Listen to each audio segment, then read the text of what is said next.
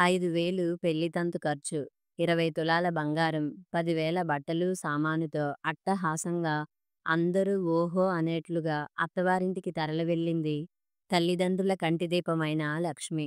వేలాది ఆంధ్రా యువతులకు ప్రతీక లక్ష్మి. అత్తయింట అణిగిమణిగి ఉండాలని, పనీపాటలు చేస్తూ ఆ పరివారంలో ఒకతిగా కలిసిపోవాలని తెలిసిన ప్రాథమిక సూత్రాలతో పాటు తనకున్న హైస్కూల్ విద్య వల్ల అంతో ఇంతో ఆధునిక విజ్ఞానం కూడా పొంది ఉన్న లక్ష్మికి ఈ క్రొత్త ఇంటి విషయాలు ఆకలింపు అయ్యి అవ్వకుండా ఉన్నవి. వరుడు లక్ష్మి భర్త ఒక పెద్ద ఆఫీసులో జూనియర్ ఇంజనీర్. వివాహం కోసం నెల రోజులు సెలవు మీద వచ్చాడని అతడు తరపువారన్నారు.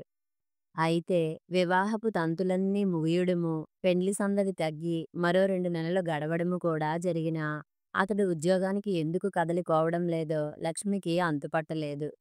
మనం ఎప్పుడు వెళ్ళేది? భర్త వద్ద బెరుకు, క్రొత్తదనము పోయి కొంత చనువు ఏర్పడినట్లు భావించిన లక్ష్మి పై ప్రశ్న 3 సార్లు అడిగిన తర్వాత పార్థసారథి సమాధానంగా ఒక్క మూలుగు మూల్గి ఏదో పని ఉన్నట్లుగా హడావిడిగా దుస్తులు వేసుకుని బయటికి వెళ్ళిపోయాడు. రాను రాను లక్ష్మిలో అనుమానం ఏదో కలగసాగింది. నిజంగా ఉద్యోగస్తుడే అయితే పెండ్లిలో మామగారిచ్చిన మంచి దుస్తులు మినహా మరి దుస్తులే ఉండవా? మార్కెట్‌కు పోయిరారా పార్థుడు అని తల్లి లెక్కగా డబ్బిస్తుంది. తిరిగి వచ్చాక అతడు తన సిగరెట్ ఖర్చుతో సహా లెక్కలు చెప్తాడు. అతడి కొరకు స్నేహితులు వస్తారు. అందు ఒక్కడు గణింపదగిన చదువు, వ్యాపారము ఉన్నవాడిలా కనపడడు. వారితో పగలంతా ఎక్కడెక్కడో తిరిగి వస్తాడు. ఒరే పార్థు, ఆ పని చెయ్యి, ఈ పని చెయ్యి అంటూ తల్లి, తండ్రి, అప్పా చెల్లెళ్ళు పురమాయిస్తారు నౌకరుకు చెప్పినట్లే. చిటుచిట్లు వినివస్తాయి. అయితే లక్ష్మికి తెలియనీకుండా రహస్యంగా. ఏదో రహస్యం బయటపడిపోతుందేమోనన్నంత జాగ్రత్తగా తూచి తూచి మాట్లాడతారు లక్ష్మితో ప్రతి ఒక్కరూ. కడకు భర్త కూడా.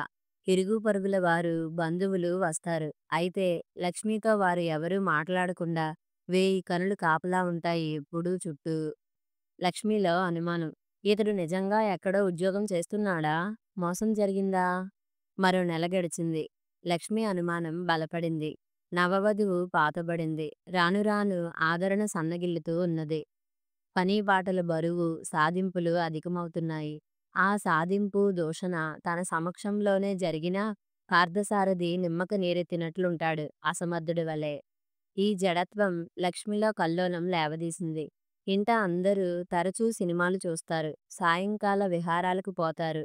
పెద్ద కొడుకు, కోడలు, ఆడపడుచులు వారి వారి భర్తలు జంట జంటలుగా పోతారు.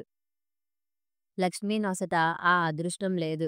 ఆమెను వెంటబెట్టుకు ఎక్కడికి పోగల స్వతంత్రత గాని, శక్తి గాని అతడికి లేనట్లుగా తగ్గి తగ్గి అందరికీ ఒదిగి ఒదిగి బ్రతుకుతాడు. ఇన్ని నెలల్లో ఆ నవదంపతులు చూసిన సినిమాలు రెండంటే రెండే. ఆ రెండూ కూడా ఒంటరిగా కాదు. పార్థసారథి తల్లి కనకమ్మ వెంట ఉంది. ఆ భార్యాభర్తలు దేవాలయానికి వెళ్ళినా కనకమ్మ వెంటబడుతుంది పసిపిల్లలాగా. ఆ ఇద్దరికీ ఏకాంతత అసంగత వశ్యంలాగా. ఫలితంగా లక్ష్మీ సారథిల నడుమ ఉండవలసినంత చనువు ఉండడం లేదు. ఇతడు ఇంజనీరు కాదు, ఏమీ కాదు. ఉద్యోగం లేకుంటే పోయే, కనీసం డిగ్రీ అయినా ఉన్నదా? ఉండి ఉంటే ఏ ఉద్యోగాలకో దరఖాస్తులు పెట్టినట్లు కూడా కనిపించదేం? అవును, డిగ్రీ కూడా లేదు. నీ భర్తకు కనీసం కళాశాల చదువు కూడా లేదు అని ధ్రువపరిచింది హఠాత్తుగా ఒకనాడు ఎక్కడి నుండో ఊడిపడిన ఒక చుట్టం. మనసులో అనుమానం నిజం కాకూడదనే ఆశతో బ్రతుకుతున్న లక్ష్మి పట్ల ఈ నిర్ధారణ ఆశనిపాతమే అయింది.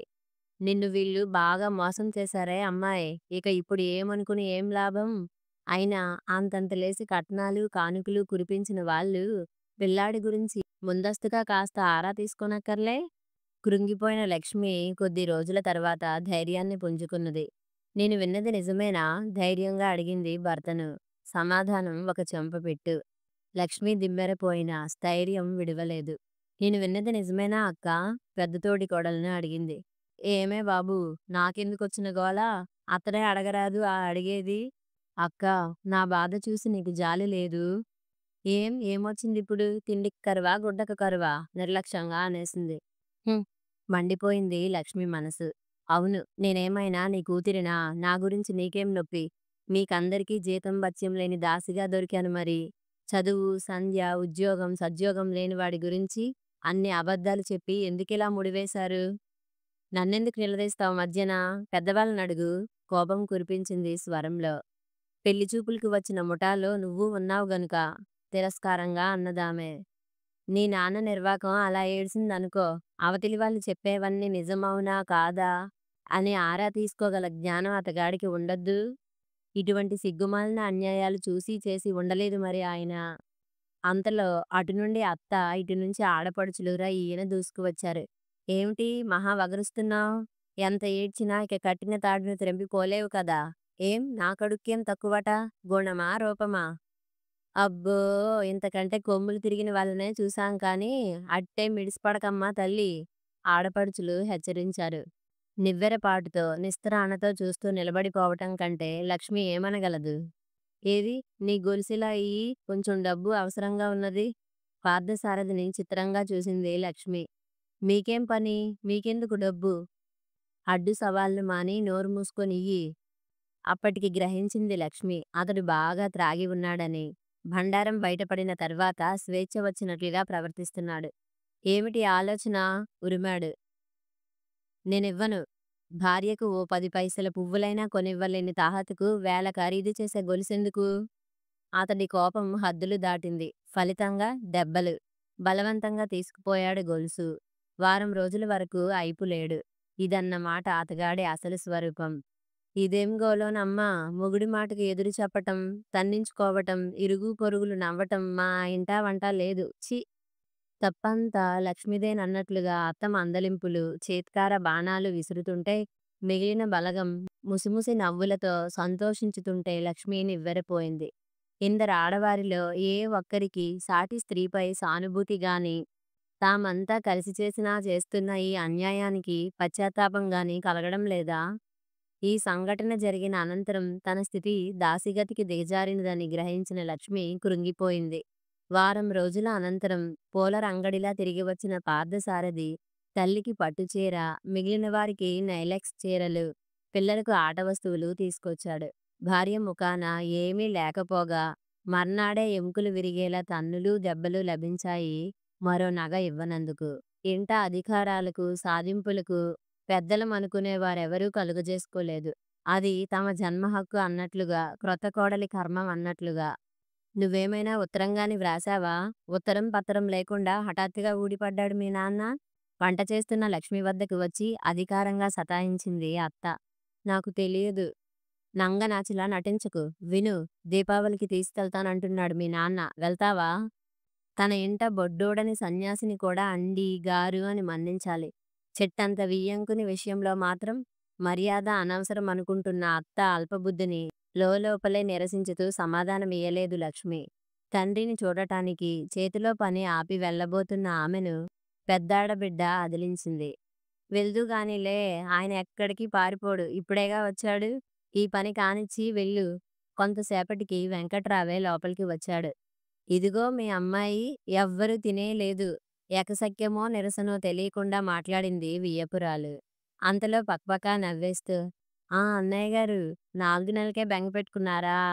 అలాంటిది ఏమీ వద్దు మీకు. చూడండి ఎంత చక్కగా కలిసిపోయిందో మాలో. ఎంత వద్దన్నా నా చేతికి అడ్డబడి పనులు చేస్తుంది. అత్తయ్యగారు, అత్తయ్యగారు అని వెంట తిరుగుతూనే ఉంటుంది. విషం దాచి అమృతం ఒలికించింది. కల్మషం తెలియని వెంకట్రావు నమ్మాడు. కాళ్ళు కడుక్కోండి, భోజనం చేద్దురుగాని. ఇంతలో మీ అల్లుడు రావచ్చు. ఎక్కడికెళ్ళాడు? ఎవరో స్నేహితుడు బొంబాయి నుంచి వస్తేను అతడికి ఏదో పార్టీ ఇచ్చే ఏర్పాట్లలో తిరుగుతున్నాడు. అతడితో జాయింట్‌గా ఏదైనా పెద్ద సిటీలో మంచి హోటల్ కట్టి ప్లాన్‌లో ఉన్నాడు. వెధవ ఉద్యోగాలు ఎన్నాళ్ళు చేస్తేనేంలెండి, ఎదుగు బొదుగులు లేకుండా. అందుకే ఇంకా ఉద్యోగానికి వెళ్ళలేదు. సెలవు పొడిగించాడు. అయ్యయ్యో! కబుర్లలో పడ్డాను. మీ భోజనానికి ఆలస్యమైపోతోంది. ఇటువంటి విపరీతపు మర్యాదలతో, అబద్ధపు అంతస్తులతో అవతలి మనిషి వచ్చిన పనినే మరిచిపోయేట్లు చేయగల సమర్థులు ఆ ఇంట అందరూ. అందుకే వెంకట్రావుకు కూతురు చిక్కిపోవడం గాని, ఆ ముఖంలోని అమావాస్య గాని కనిపించలేదు. లేమ్మా లక్ష్మీలే, ఆ పనులన్నీ వదిలిపెట్టు. నువ్వు తయారవ్వు. ఎన్ని పనులు వదిలిపెట్టి వచ్చారో ఆయన. పాపం మనపై అంత ప్రేమ గాబట్టి స్వయానా వచ్చారు. కోడలిపై వగలు ఒలికించేసింది. ఇదిగో ఈ కొత్త చీర కట్టుకో. ఏదో మామూలు చీరే. అక్కడ మీ నాన్నగారు కంచి పట్టు చీర ఇస్తారులే. పెళ్ళైన మొదటి దీపావళిగా పళ్ళన్నీ బయటపెట్టింది. మరో చిన్న కంఠం తాళం పలికింది. అన్నయ్యకు 1000 నోట్ల 16 ఏమమ్మోయ్ మరదలా, బహుమానాలన్నీ నీకే కాదు మాకూ రావాలి తెలిసిందా? లక్ష్మి దేనికి మాట్లాడలేదు. ఈ నరకం నుండి ముందు బయటపడాలి. జాగ్రత్త, ఇక్కడ సంగతులన్నీ చెప్పి గొడవలు లేవదీశావంటే నీ కాపురానికే ముప్పు. మా అబ్బాయి అసలే కోపిష్టి. ఓ 10 రోజులుండి వచ్చేయ్. చాలా నిక్కచ్చిగా హెచ్చరించింది అత్త, రహస్యంగా ఎవ్వరికీ తెలియకుండా. పండగ నాటికి పంపించుతానులెండి అబ్బాయిని. వాడికి ఎన్నో పనులాయే అంటూ వెంకట్రావుతో పళ్ళీకలించింది. మంచి సూటు బట్ట, పండగ కట్నం సిద్ధం చేసి ఉంచండి వస్తాడు. కూతుళ్ళు కోరస్ పాడారు. పార్థసారథి గుడ్లప్పగించి చూస్తూ మౌనంగా ఉండిపోయాడు, అల్లుడి దర్పం ప్రదర్శించుతూ. వెంకట్రావు పెద్ద తరహా మనిషి, భోళా రకం. నవ్వుతూ మాట్లాడేవాళ్ళు చాలా మంచివాళ్ళనుకుని బోర్లా పడే రకం. కానీ ఈ తరపు వాళ్ళైన కొడుకులు కోడళ్ళు లక్ష్మి వాలకం చూస్తూనే ఆమె అత్తింట ఏవో లొసుగులు ఉన్నాయని గ్రహించేశారు. తల్లి పెద్ద వదిన తరచి తరచి అడగక మరీ నిగ్రహించుకోలేని లక్ష్మి అన్నీ చెప్పేసింది. దరిద్రులు, వాళ్ళకి ఆడపిల్లలున్నారు. నా బిడ్డ ఉసురు తగలకపోతుందా? శోకాలు పెట్టింది సాయమ్మ. వాళ్ళెలా ఏడుస్తారో మనకనవసరం. మనం ఏడవకూడదు. ధైర్యం కోల్పోకుండా స్థిరంగా అంటున్న కమలదశ అందరూ చూశారు. పార్థసారథి పెద్ద ఉద్యోగస్తుడని, ఆ ఊరు, ఆఫీసు అన్ని వివరాలు కూడా చెప్పాడుటగా ఆ పేరిగాడు. వాణ్ణి జుట్టుపట్టి ఈడ్చుకురండి ముందు, భర్తకు పురమాయించింది. చెల్లెలు కాపురం దుస్థితికి వగస్తూ రాయిలా నిలబడిపోయిన శేఖర్ భార్య మాటలతో కర్తవ్యం గుర్తించి అక్షరాల ఆమె చెప్పినట్లు చేశాడు.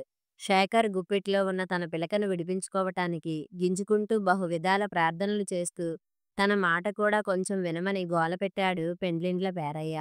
విడిచిపెట్టు శేఖర్, ఏమిటో ఆ చెప్పేది, ఏడవమను అన్నాడు వెంకట్రావు అసహనంగా. బాబ్బాబు రక్షించారు. పడిపడి దన్నాలు పెడుతున్న పేరయ్యను కసురుకున్నాడు వెంకట్రావు. దొంగ నాటకాలు చాలుగాని అసలు ఏడుపేదో ఏడువు. ఇలా కొంపలు మాపే పనులు చేసి ఊళ్ళో బ్రతుకుదామనే నట్రానక్క?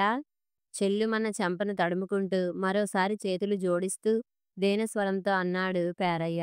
రక్షించండి, నేనే పాపము చేయలేదు. నాకు మాత్రం ఏం తెలుసు? నేను ఈ ఊరివాడినే కదా.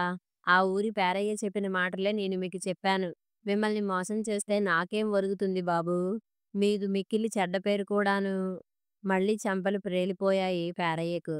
అమాయకత్వం నటించకు నంగి వెధవ. నిజం చెప్పు, ఈ పెళ్లి చేసినందుకు నీకెంత ముట్టింది? మరి లాభం లేదని గ్రహించిన పేరయ్య శేఖర్ నుండి తన ప్రాణాలు కాపాడుకోవటానికి గాను నిజం కక్కేశాడు. చెప్తాను బాబూ, చెప్తా. ముందు నా మెడ వదిలిపెట్టండి. ఏడువు.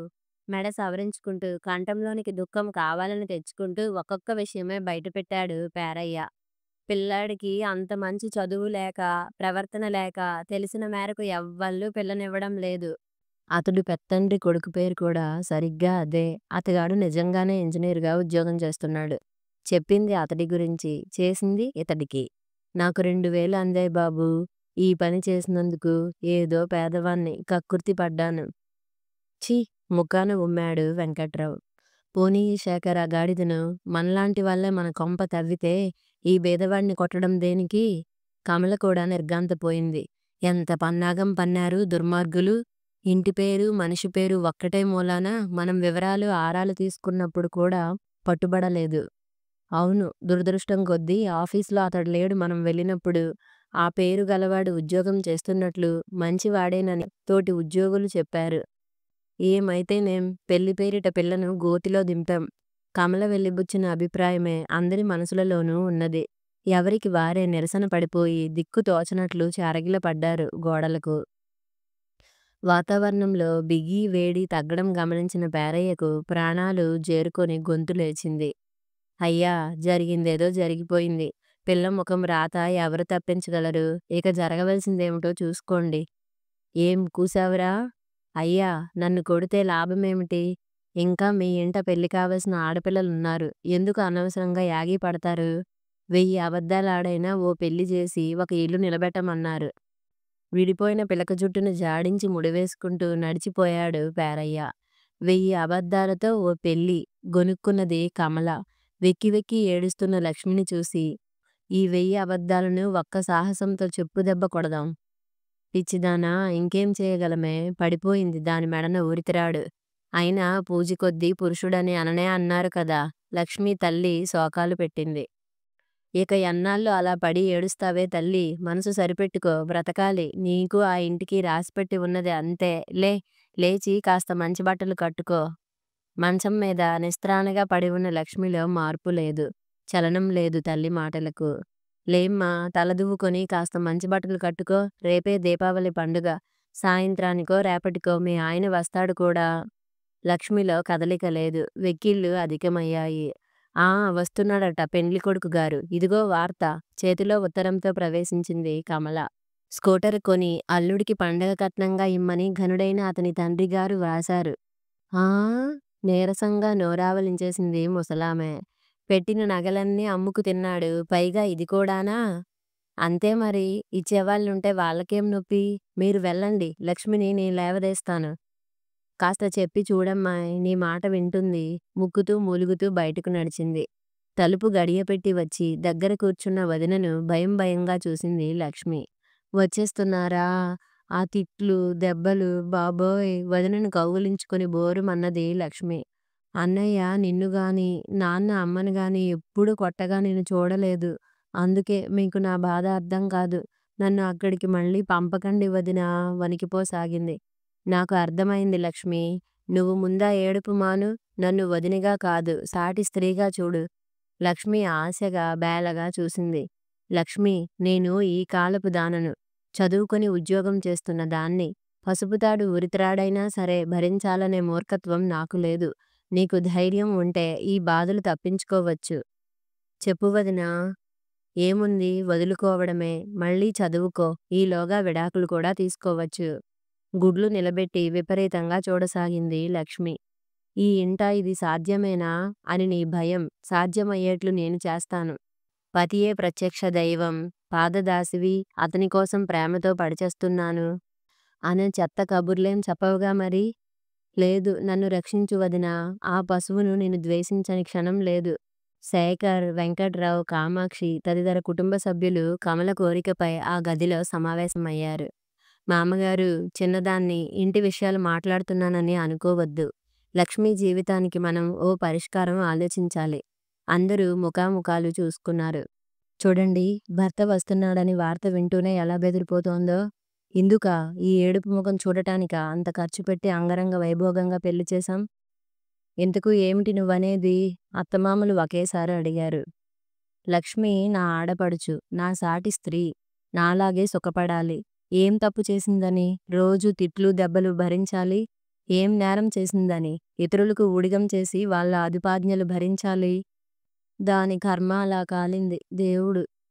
కాదు, అత్తగారి మాటలను మధ్యలోనే ఖండించింది ధైర్యంగా కమల. ఇంకా చదువుకుంటాను, పెళ్లి వద్దు అని పేచీపెట్టిన లక్ష్మిని చక్కటి సంబంధం, అదృష్టవంతురాలువు అని మభ్యపెట్టి భయపెట్టి చదువు మాన్పించి ఈ వివాహం చేతులారా చేసింది మీరు. ఈనాడు కర్మ, దేవుడు అనటానికి వీల్లేదు.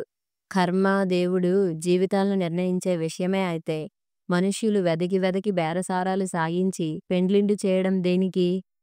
బాగుంది. అందుకని ఇప్పుడేమంటావ్? డబ్బు ఆశ ఉన్న చోట జీవితాలు ఇలాగే ఉంటాయంటాను. అంత డబ్బు ఖర్చు పెట్టవద్దంటే మీరంతా నన్నప్పుడు పరాయిదాన్ని చూసినట్లు చూశారు. అవునులే, నసిగింది కామాక్షి. అప్పుడు కట్నం కానుకలు అయ్యాయి. ఇప్పుడు స్కూటరు, రేపు కారు, మరో ఏడాదికి 4 ఎకరాలు రాసిమ్మంటాడు. లేకపోతే పిల్ల అక్కర్లేదంటాడు. అతడిని అదుపాజ్ఞలలో పెట్టగల దిక్కు దివాణం లేదు మరి. ఎంతకని మనం ఇవ్వగలం? ఎంతవరకు లక్ష్మి ఈ తిట్లు దెబ్బలు చాకిరీ భరించగలదు? కమల మాటలు ఆలోచించవలసిందే నాన్నా అన్నాడు శేఖర్. వెంకట్రావు తల గోక్కున్నాడు. కామాక్షి మరోసారి ముక్కు చీదింది. లక్ష్మి అందరి దశ ఆశగా చూస్తోంది. పెండ్లి చేసేవరకే మనుషుల పెత్తనము, ఆ తర్వాత కర్మ నిర్ణయము అని నేననుకోను మామగారు. వివాహము స్త్రీకి సుఖాన్ని, భద్రతను, స్థిరత్వాన్ని ప్రసాదించాలి. అవి లోపించి ఎదురు బాధాకరంగా పరిణమించిన నాడు ఆ బంధాన్ని త్రెంచాలి. ఆ మనిషిని విసర్జించాలి. పిడుగుపడ్డట్లుగా చూశారు. మతిపోయినట్లు మాట్లాడకు. ఇంటావంటా లేని అప్రాచ్యపు పని. కామాక్షి కసురుకున్నది. నలుగురు ముఖాన ఉమ్ముతారు అని కూడా అన్నది. లేదత్తయ్యా, రోజులు మారాయి. ఆ నలుగురు నలుసంత సుఖమైనా లక్ష్మికి ప్రసాదించలేరు. న్యాయం చెప్పి ఆమె బ్రతుకును బాగు చేయలేరు. మన లక్ష్మిలాంటి వాళ్ళు ఈరోజు వీధికొకళ్ళున్నారు. కర్మ అనుకుని కృంగిపోకుండా తెలివిగా సాహసించితే తమ జీవితాలను సరిదిద్దుకోగలరు. బాధలు ఎక్కువై ఆత్మహత్యను చేసుకున్న వాళ్ళను చూస్తున్నాం. లేదా అన్నదమ్ముల ఇండ్లల్లో పనిమనుషులుగా బ్రతుకు వెళ్లదీసే వాళ్ళను చూస్తున్నాం. మన లక్ష్మి బ్రతుకు అలా మారకూడదని నా కోరిక. తల్లిదండ్రులు మీరుండగానే ఆమెకో దారి చూపండి. గంభీర నిశ్శబ్దం అలుముకున్నది కొంతసేపు. ఏం చేద్దామంటావమ్మాయ్? హఠాత్తుగా అడిగాడు కోడలి వాదన సబబుగా తోచిన వెంకట్రావు. రేపు వస్తాడు. లక్ష్మి అతడితో మాట్లాడదు. మనం స్కూటర్ ఇవ్వం. సరికదా మర్యాదలు కూడా చేయం. అన్ని విషయాలు తెగేసి అడిగి జాడించుదాం. వాళ్ళు చేసిన మోసం పోనీ క్షమించుదాం. కానీ లక్ష్మి మీద ఈగ వాలరాదు. మనం ఇచ్చిన డబ్బు తన వాళ్ళ కోసం కాదు, లక్ష్మి కోసం. ఆ డబ్బుతో లక్ష్మితో సుఖంగా బ్రతుకుతాడా? సరే సరే. లేకుంటే అతడిని లక్ష్మి మనము కూడా మర్చిపోదాం. మన డబ్బు మనకిప్పించటానికి న్యాయస్థానం ఉన్నది. పాతకాలపుదైన కామాక్షి ఉద్రేకంతో ఊగిపోయింది. మొగుణ్ణొదిలి ఇంట కూర్చుంటుందా? ఈ బోడి సలహానా నువ్వు చెప్పేది? అవును. మొగుడు చచ్చినా పుట్టింటికి చేరాల్సిందే. వాడి బ్రతికుండి చచ్చినట్లు లెక్క. అంతే తేడా. లక్ష్మిని దక్కించుకోవటానికి ఇంతకంటే మార్గం లేదు.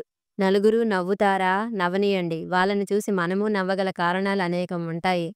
అంతవరకు సరే. అటువంటి వాడు మారడు. గొడవ వస్తుంది. అప్పుడు విడాకులు. అవును. వినటానికి బాధగానే ఉంటుంది కానీ అదొక్కటే మార్గం. లక్ష్మిని చదివించుదాం. గొప్ప భవిష్యత్తు ఉంటుంది అందువల్ల అని చెప్పలేను గాని, ఎవరి గోల లేకుండా తనంతట తను బ్రతుకుతుంది. వెనుక మనం ఉన్నాం. కాలక్రమాన ఎవరైనా సంస్కారవంతుడు లక్ష్మి బ్రతుకులో వెలుగు నింపగలడనే ఆశతోనే ఉందాం. నింపకపోయినా పర్వాలేదు. తన ఉద్యోగం తనకుంటుంది. తన డబ్బు తనకుంటుంది. ఎవడి తిట్లు, దెబ్బలు, గ్రుడ్డి ఆంక్షలు ఉండవు కనీసం. ఏమంటావు లక్ష్మి? నీదే తుది నిర్ణయం. శేఖర్ చెల్లెల్ని అడిగాడు.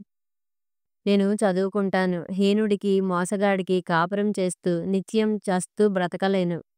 సూటు, స్కూటరు అందుకుందామని ఎగిరెగిరి పడుతూ వచ్చిన పార్థసారథి విలువైన చీరా సారెలు అందుకుని విందు భోజనాలు చేసి విర్రవీగుదామని వెంటబడి వచ్చిన అతడి తల్లి, అక్కలు వాడిన ముఖాలతో తిరిగి పోవడం చూసి తేలికగా నిట్టూర్చింది లక్ష్మి. మిగిలిన పరివారం అంతా నిశ్చింతగా నిలబడ్డారు ఏమీ జరగనట్లే. ఆ సంధ్యవేళ కలకలలాడుతున్న ముఖంతో దీపాలు వెలిగించుతున్న లక్ష్మిని చూసి కమల నిండుగా సంతోషంగా నవ్వింది. మరలా నీ ముఖంలో ఇప్పుడు పూర్వపు జీవకళ వచ్చింది లక్ష్మి. ఇదంతా నీ చలవ వదినా. అందరికీ నీ వంటి వదిన ఉండాలి.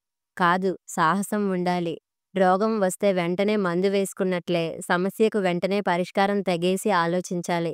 కర్మ, గిర్మ, సంఘం చట్టుబండలు అని పిరికిగా కూర్చోకుండా ధైర్యంగా నిర్ణయించుకోవాలి జీవితాన్ని. అప్పుడే మన స్త్రీజాతికి నిజమైన దీపావళి. కేవలం దీపాలు వెలిగించి పిండి వంటలు ఆరగించినంత మాత్రాన నరకాసురుల పీడ వదిలేది కాదు.